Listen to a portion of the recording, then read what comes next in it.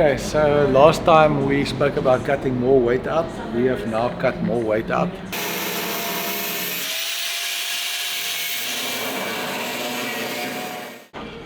Marlon, I left here 10-15 minutes ago and that was still in there and Nian wasn't sure what happened. Yeah, Nian said let's take it out, so yeah, they already started cutting this one. So it just needs some cutting on the inside, and then the two pillars on that 2 hinges on the other side is also going, and the seat rail also went, so yeah. We've probably gone slightly too far. We might add something back in. Obviously we need to cover this big hole in the boot for aerodynamic reasons, and also we don't want too much dust inside the car. But yeah, we've really trimmed it out. Everything is sort of skinned, just the back at least. Everything that we sort of need is still in here. There's a little bit of weight that we can take out the seat bracket still. We've obviously played with the idea of taking the power steering out and the oil cooler, which I've now decided is probably a bad idea. The oil cooler keeps the oil cold when the oil gets hot. These engines as standard doesn't have it.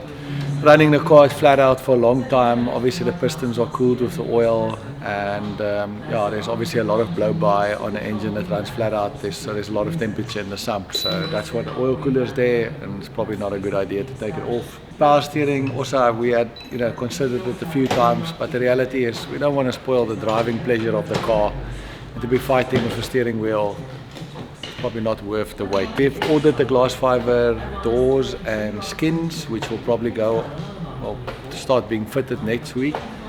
And then we also did the plastic window that's busy being manufactured, the front windscreen. So that's sort of where the modifications end. Then we'll put the car back together. We still are doing the exhaust pipe, which is mainly to make the car lighter, just not having such a long exhaust pipe.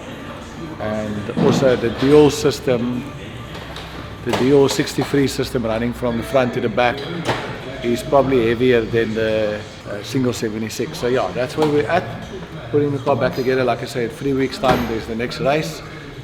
Obviously want to campaign the car then. So yeah, that's more or less where we're at.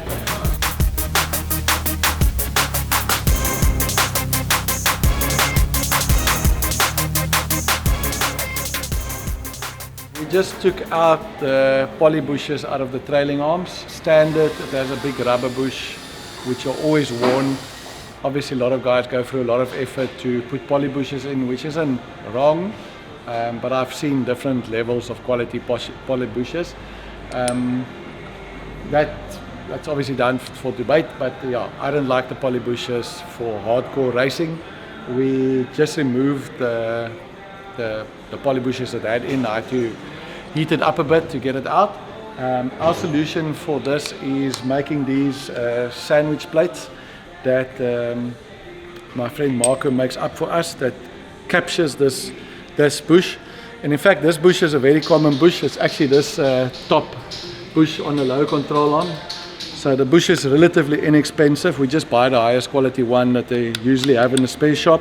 So it goes down there, and the next one comes in and then clamps it.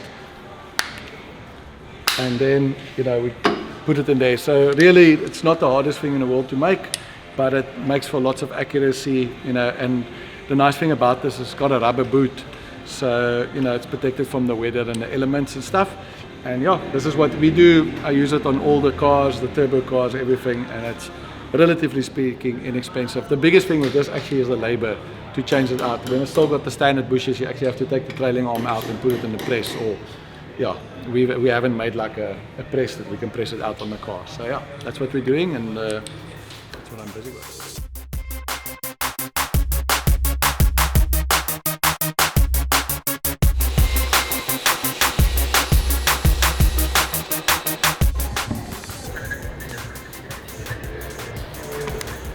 So this guy gets modified. You have to trim him down that side and that side, and then it goes straight into this one. So it gets trimmed down slightly into that and canted place in the housing, in the control arm, in the trailing arm.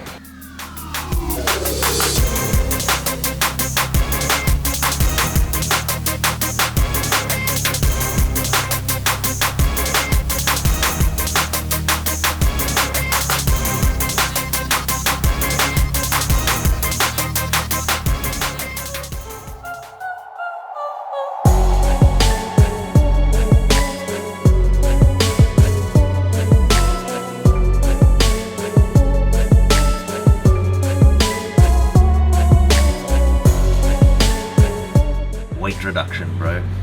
Weight reduction. Now we're just trying to trim and get whatever we can out. Behind this panel there's actually quite a lot of shit going on, and there's a few kilos to be scored here, but at the moment it's a little bit tricky, but I'm feeling the need for a plasma cutter. That's going to solve the problems. How much weight do you reckon you'd save? Yeah, I reckon there's another 5 kilos in the two sides here.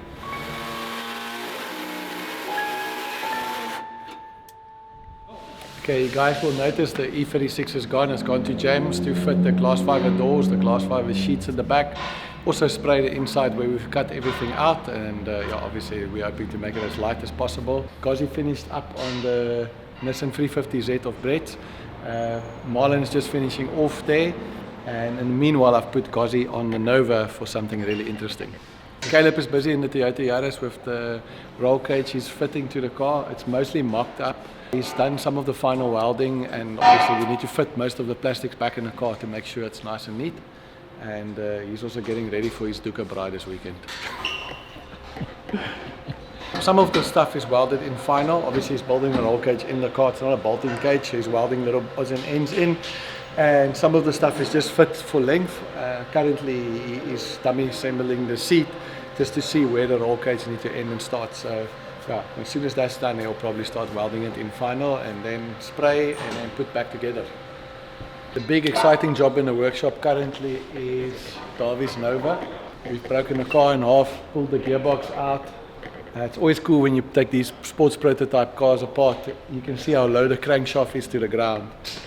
Even the starter motor is basically on the ground. But yeah, we've got a Gen 4 Coyote engine to fit. Most of the stuff will work, plugs and stuff will fit. We also got a fancy intake manifold we are ordering. We're just deciding on 2 different ones, because whatever we do, we have to make provision for this throttle body that can't sit on the front of it. So there's 1 or 2 that's it's like a bolt together one, so we can do something around that. But yeah, ultimately it's pulling it all apart, bolting the dry sump across, and yeah, Gazi is like busy with this.